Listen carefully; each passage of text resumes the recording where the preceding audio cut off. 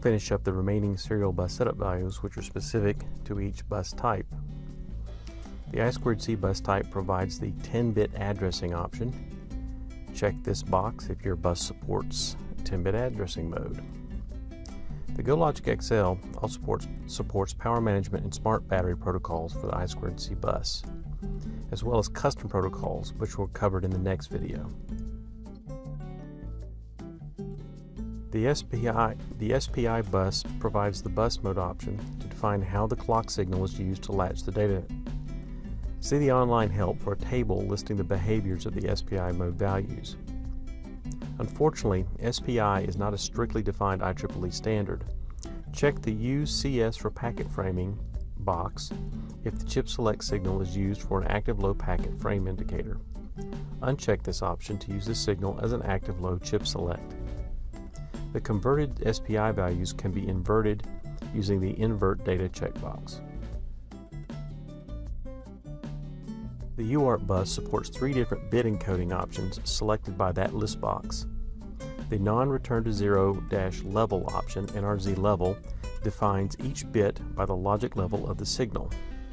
A logic high is 1 while logic low is 0. Most UART bus types, such as RS-232 and RS-422 and such, use this bit encoding. The NRZ-Inverted option defines each bit by a change from the previous state. A change from the previous state is a 1, while no change from the previous state is a 0.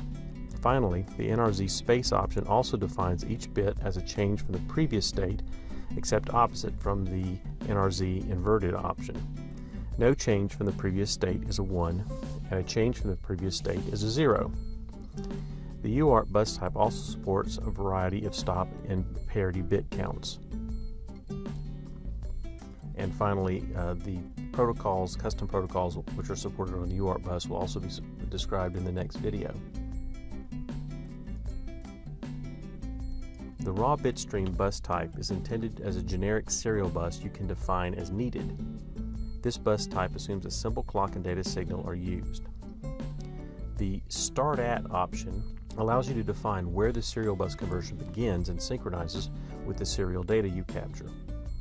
The available options include at the first sample in the trace capture, start at the trigger sample, start after the first inactive break period, start at the red triangle marker, and finally start at the red circle marker. When using the markers, view the raw signals in the waveform window and identify where the first bus values start. Then place a marker at that location and click the Reconvert Data button. Please note that the trigger feature always syncs with the clock, assuming an inactive period on the data signals of at least 1/2 of a packet. The clock period and bus value widths you enter define how long this inactive period must last. If I've overlooked any other bus-specific options, or new options have been added to any buses since this video was made, please see the online manual for full details. The next video discusses how a custom protocol can be defined for the I2C, SPI, UART, or raw bitstream serial bus types.